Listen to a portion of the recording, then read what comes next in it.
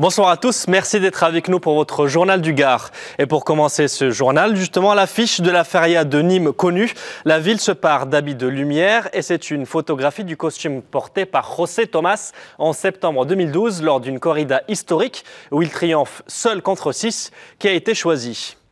Politique et Jean-Paul Fournier et son équipe en ordre de marche. Le maire sortant de Nîmes, candidat UMP-UDI à sa réélection, présentait aujourd'hui sa liste pour les municipales. Moyenne d'âge 51 ans avec un taux de renouvellement de 42% par rapport au conseil municipal actuel. Et un seul mot d'ordre, union, 30 UMP, 15 UDI et 10 colistiers de la société civile. Reste à connaître le programme qui sera présenté fin février. C'est l'avenir de demain. Il était important qu'on mette autour de nous de nombreux jeunes. Vous avez vu, des étudiants. Il y a un jeune qui a 20 ans, il y en a une qui a 21 ans, 22 ans. Donc c'était une volonté de notre part de dire il faut préparer l'avenir aussi, puisqu'effectivement, préparons des gens qui s'intéressent à la politique, qui s'intéressent à leur ville aussi. Et je crois que c'est important qu'on puisse les inscrire sur cette liste. Il reste encore des choses à faire dans cette ville, avec une équipe renouvelée. Je pense qu'effectivement, le travail qui nous reste à faire ici et à l'agglomération, puisque ça c'est lié aussi, il est important que le maire de la ville et le président de l'agglo soient de la même couleur politique, je dirais, pour qu'on puisse aborder les dossiers communs, parce qu'il y a pas mal de dossiers qui intéressent et l'agglo et la ville. Donc je crois que c'est quelque chose qui était important pour cette liste. Après la découverte de faux billets de 10 € à Bagnelles-sur-Cèze, 2 plaintes ont été déposées à la gendarmerie. Et la direction de la sécurité publique du Gard lance un appel à la vigilance auprès des commerçants. Le cas n'est pas isolé. Il y a un mois, un mineur du quartier du Mas de Mingues a été interpellé en possession de faux billets de 20 € qu'il aurait tenté d'écouler dans le bus du réseau Tango. Voici quelques gestes pour ne pas se faire avoir.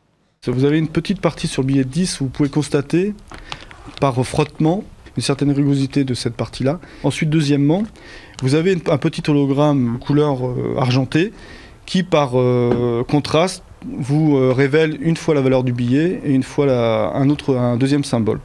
Ensuite, troisièmement, vous avez au milieu du billet, par transparence, un filigrane gris sur lequel, à l'intérieur, est inscrite la valeur manuscrite du billet.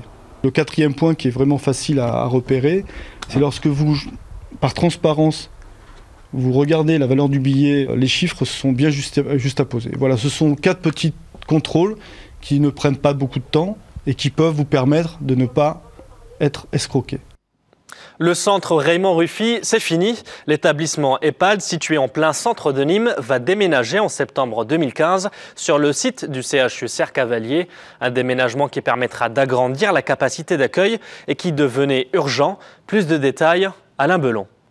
Le centre de gérontologie Raymond Ruffi de type EHPAD, situé au centre de Nîmes, va déménager. Les raisons, elles sont dues à la vétusté du lieu, mais aussi pour laisser place au futur centre des congrès.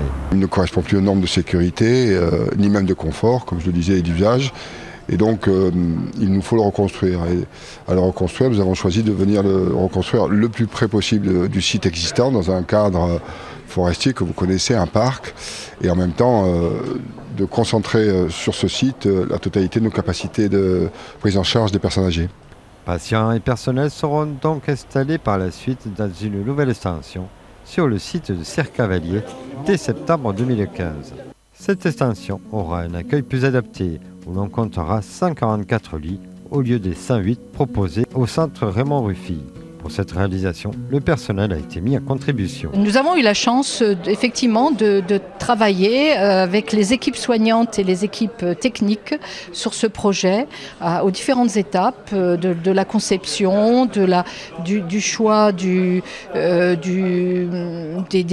unités, de la conception et à travers des groupes de travail. Et nous avons été associés aussi au choix ultime du projet architectural.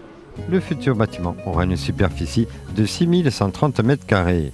Il se veut accueillant, flexible et ouvert. Cette relocalisation permettra d'avoir une capacité de 530 lits sur le site de Cercavalier. Voilà, c'est la fin de ce journal. Merci de l'avoir suivi. Retour de l'actualité à 20h30 pour le journal régional.